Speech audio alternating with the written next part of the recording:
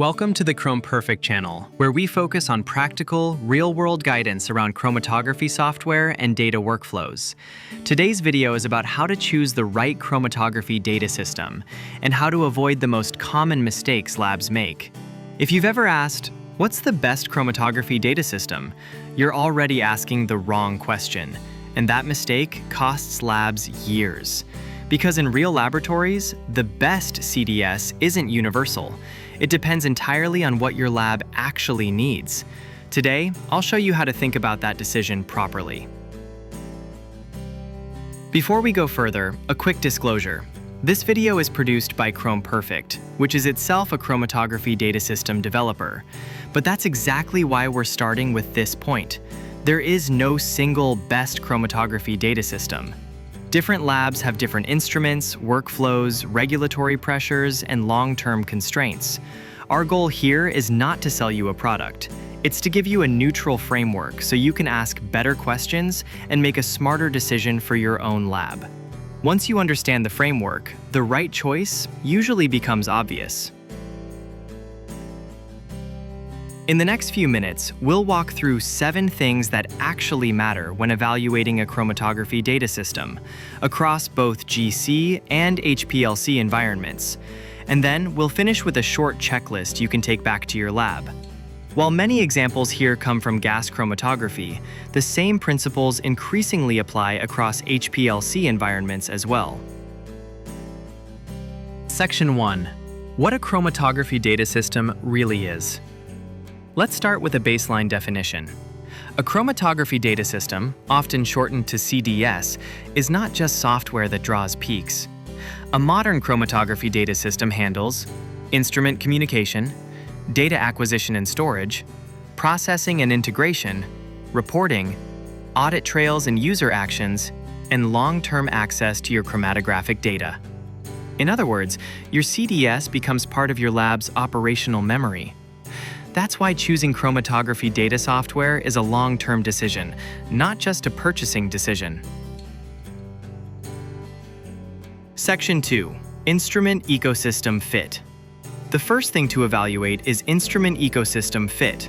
Some labs run entirely within a single vendor ecosystem. For example, all instruments from one manufacturer like Agilent, Thermo Fisher, Waters, or Shimadzu. Other labs are mixed environments. Different vendors, different generations, sometimes decades apart.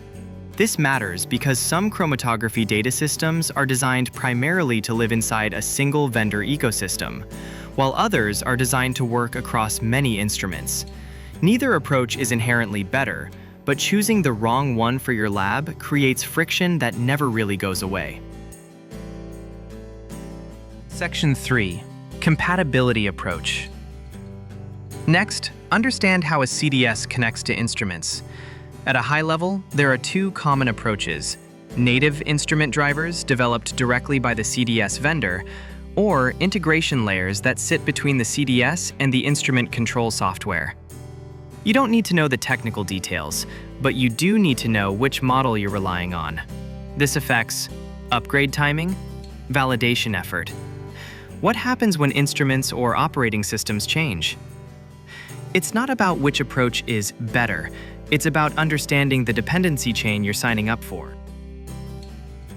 Section 4. Workflow Fit.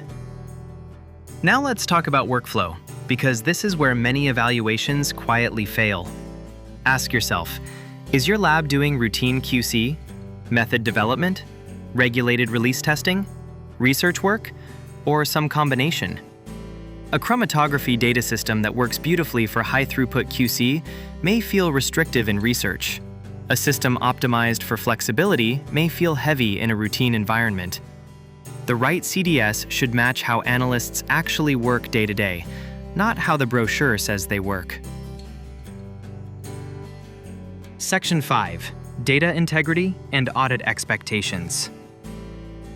Even if your lab is not fully regulated today, data integrity still matters.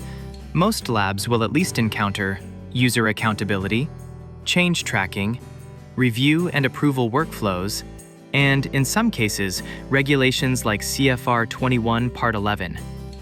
You don't need the most advanced compliance features if you don't need them, but you do need to know what is logged, what is locked, and what can be reconstructed later if questions arise. Think of this as future-proofing, not over-engineering. Section 6. Reporting and long-term data access. This is one of the most underestimated factors. Ask yourself, can you still open today's data 5 or 10 years from now? Are files portable? Are reports reproducible outside the original environment?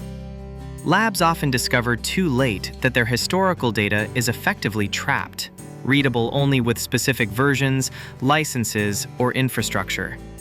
A chromatography data system should protect your data from time, not tie it to it.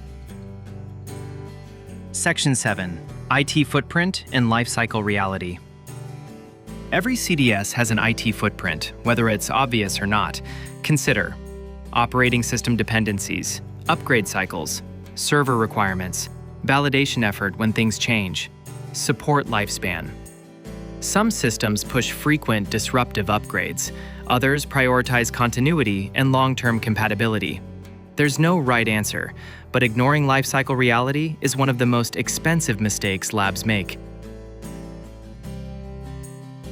Which factors matter most, and which often don't? Let's pause here and reset expectations. What usually matters most? Instrument fit, workflow alignment, data longevity, support reality.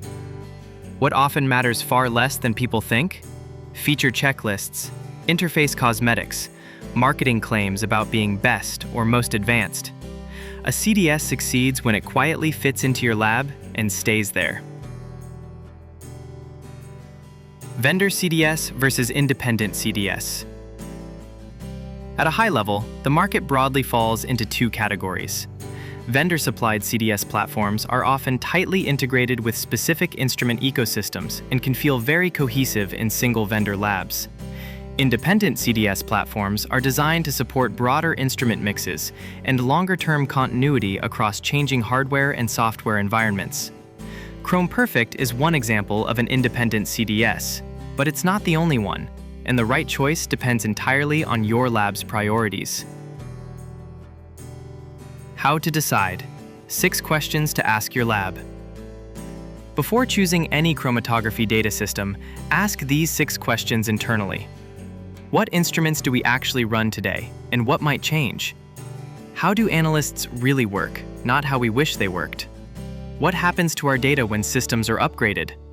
How much regulatory overhead do we realistically need? Who owns the IT burden, the lab or central IT?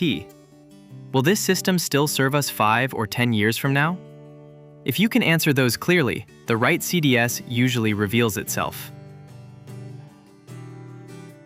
Short recap. If you only remember 5 things from this video, there is no single best chromatography data system. Fit matters more than features. Data longevity is critical. Lifecycle reality beats marketing promises. And the right decision starts with better questions.